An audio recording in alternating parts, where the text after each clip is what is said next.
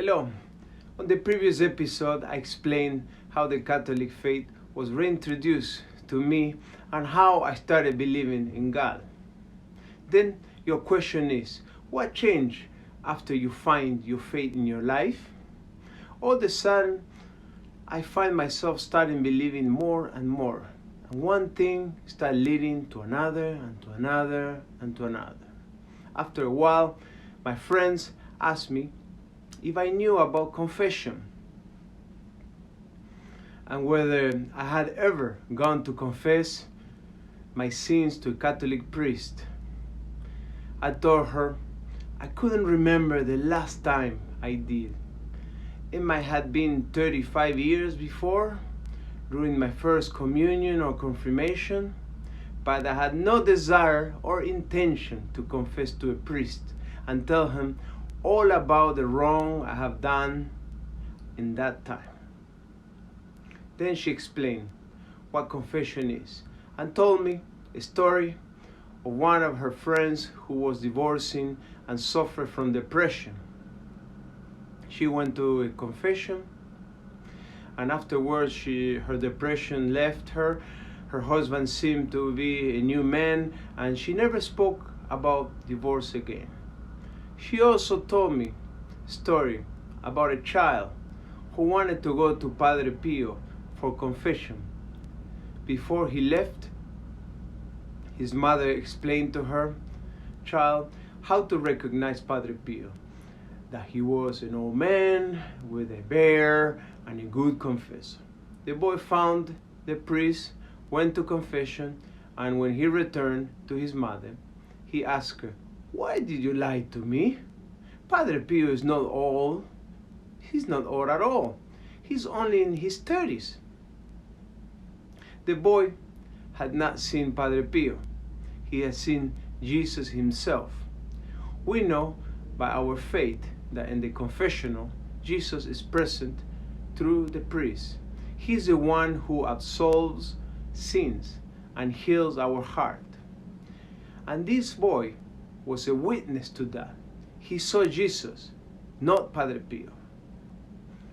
At the time, I was still a bit incredulous, like many of you might be right now, and I wrote off the story as a fantasy.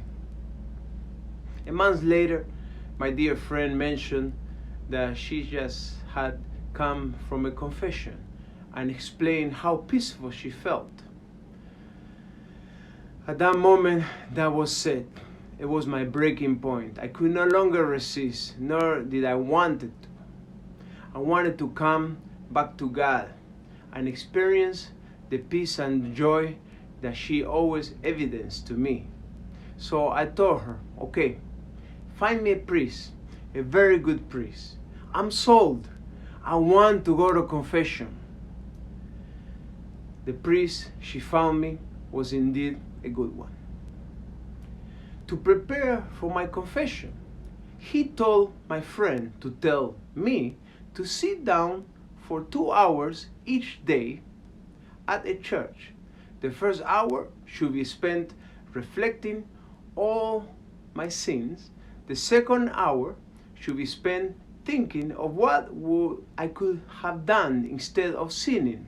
I had to cover 10 years each day, up until the day I would have to make my confession.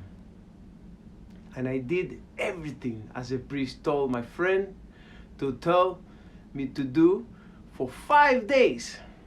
See, sometimes you find yourself at rock bottom with nowhere else to turn.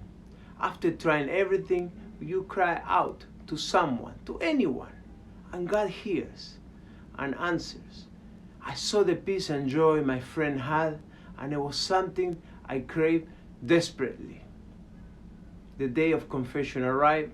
I went into the confessional and spent the next 3 hours confessing every sin I could remember.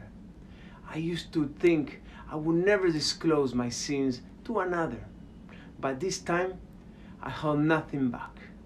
I told him everything. After confessing, the priest gave me absolution. He told me Christ had forgiven me. Then he blessed me. He blessed me again on my way out, and before left the church, he blessed me a third time. I don't know. He must have been feeling something going on. So I turned home with a light heart, full of peace, but I was concerned to live up to my promise to God, that I would leave all my bad habits behind for good and live a life faithful to God. Countless times in my thought, I asked God for help and to give me the grace to be faithful to Him. And you know what? God never turns His back on us when we ask for help. Jesus said, "Ask and I will give it to you." Matthew 7:7. Even as I asked for God's help, I remained doubtful about my ability to change. But as the weeks passed, I came to realize that a miracle had taken place within me. Our Lord started curing me of some severely bad habits. I had habits that I did not think would be possible to change. I asked myself and wondered, how is this possible? Let me tell you what I did. The first thing I did after confession was to start cleaning up my life. I got rid of all bad contacts in my phone and friend people on social media, whoever were bad influence, and threw away any magazine, photos, energy gemstone, cult statues, and anything that could be a window to sin. I was done with all of it.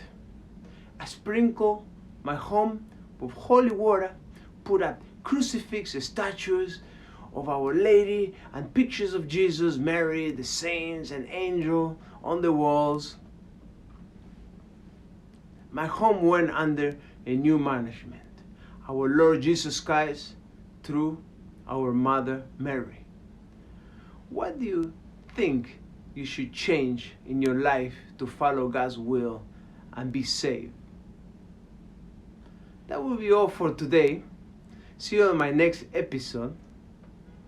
If you like what you hear, please follow us, comment, and go to 7sorrowsroses.com to get a free e-booklet of how to pray the 7 Sorrows Rosaries. Also, you will find always new prayers updates and a great selection of all my unique handmade sterling silver jewelry, rosaries.